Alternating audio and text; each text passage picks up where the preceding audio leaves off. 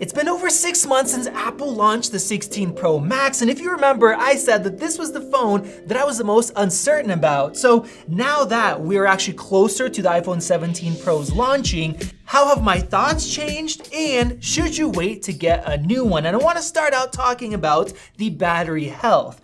This has actually been very surprising because if you look at my phone, I went through 240 cycles already. That's fully drained and fully charged, and I'm still at 100%. And that has got to be a record. Now, I previously talked about how great the battery life has been on this phone and what things Apple may have had to do to get that and some of the drawbacks.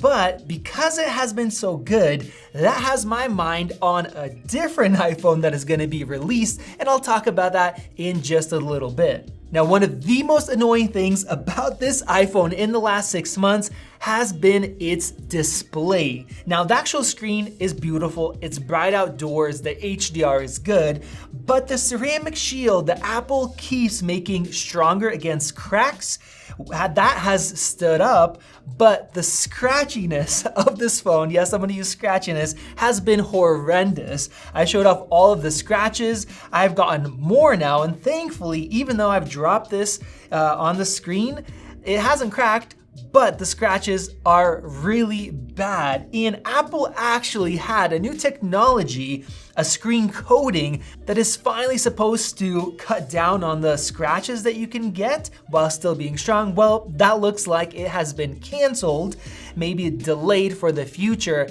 And that sucks because it has been a balance of how easy it is to crack, but less scratches, or more scratches, but more crack resistant. Now, of course, having a case with a raised edge helps with that, and our sponsor TORRAS has a brand new lineup of fun spring and summer color cases. Their O-Stand fitness cases have these beautiful, soft, muted spring colors that look really nice while packing in great drop protection and flush camera capacitive control button that is really nice. They have redesigned internal airbags and exterior grip that is inspired by running tracks, making it noticeably more comfortable to hold.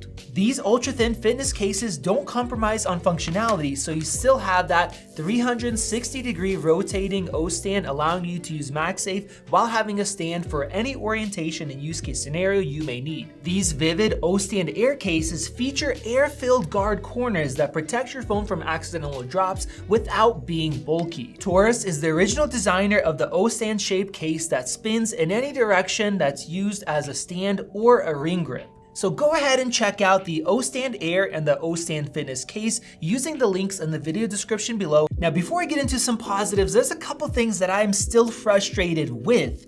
We got 25-watt MagSafe charging on the 16 Pro Max, even though wired charging did not get any faster, and we should be getting an update to that.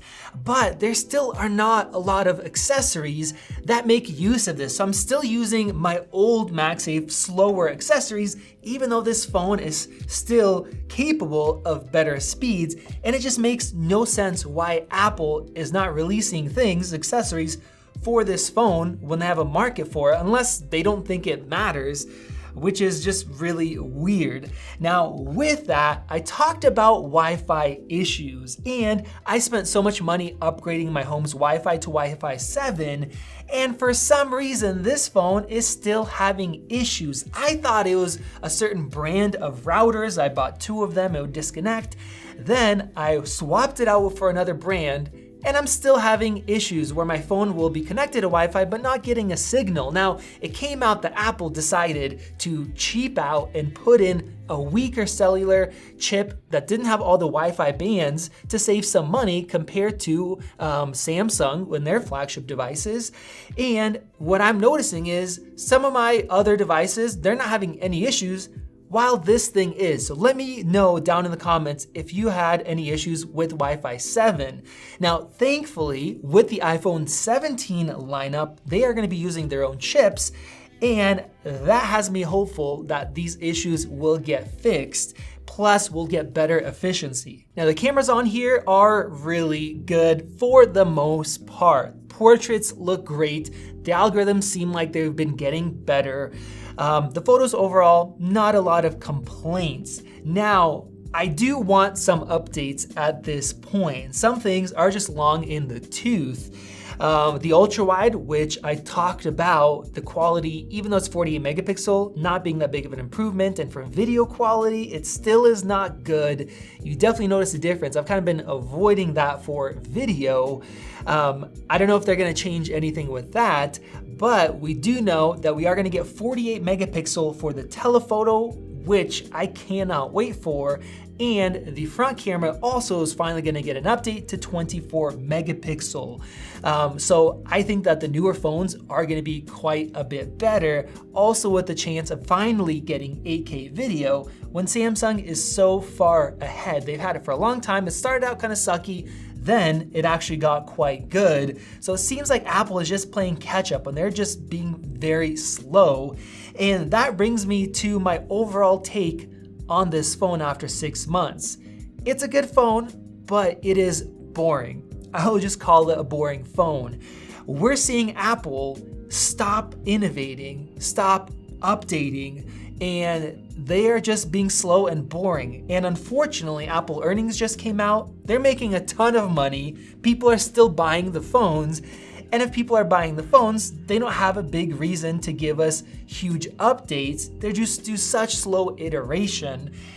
And I'm just getting tired of that. On the Mac lineup, there's been some shakeup. I made a video about that. We're getting some great prices, but these phones are just getting very, very boring. And that leads me into the iPhone 17 lineup and if you should wait for that or upgrade right now if you need to or you want to. And I definitely think you should wait. I talked about this phone being the one after the announcement that I could finally just not upgrade to and wait another year. I did upgrade. Do I think it was worth it? I don't know. For a tech reviewer, you kind of need to do it, but for a regular person, I think absolutely not. And looking at the iPhone 17 lineup, it finally looks like we're getting some excitement. Nothing major jaw-dropping, but I think the aluminum redesign is actually pretty cool. That's grown on me. And I think a cool part about aluminum is the fact that it will run cooler. It's a lot better than titanium to get heat out. We should be getting vapor chamber cooling, which is gonna be really nice. We should have faster charging with USB-C, which will be really nice to have. And then some of those camera upgrades as well. I've actually started taking photos with a professional camera again, getting into that. Cameras have gotten lighter and smaller. I see the quality there. So I want better quality on my phone. And because the battery life has gotten so good and Apple is gonna be switching over to their own chipsets, I think that I might go for the Air model. Even though the camera, it might just have a single camera. Like I said, I'm using professional cameras more often now, so I'm enjoying that creative part of it, having a separate device. But because the battery life is gonna be really good, I can actually go to a phone that's a thinner phone, that's a little more interesting, and try that out. You guys let me know your thoughts about that down below. Overall, I think this is one of the least exciting phones that Apple has made. I don't know if I should call it a stopgap or not, but we shall see with the upcoming phone lineup. And if you're somebody that skipped the 16 lineup, especially on the Pro side, I think it will be worth the wait to get the iPhone 17. So let me know your thoughts. Go ahead and click that circle above to subscribe. Check out one of those videos right over there. This has been Max, and I'll see you in the next one.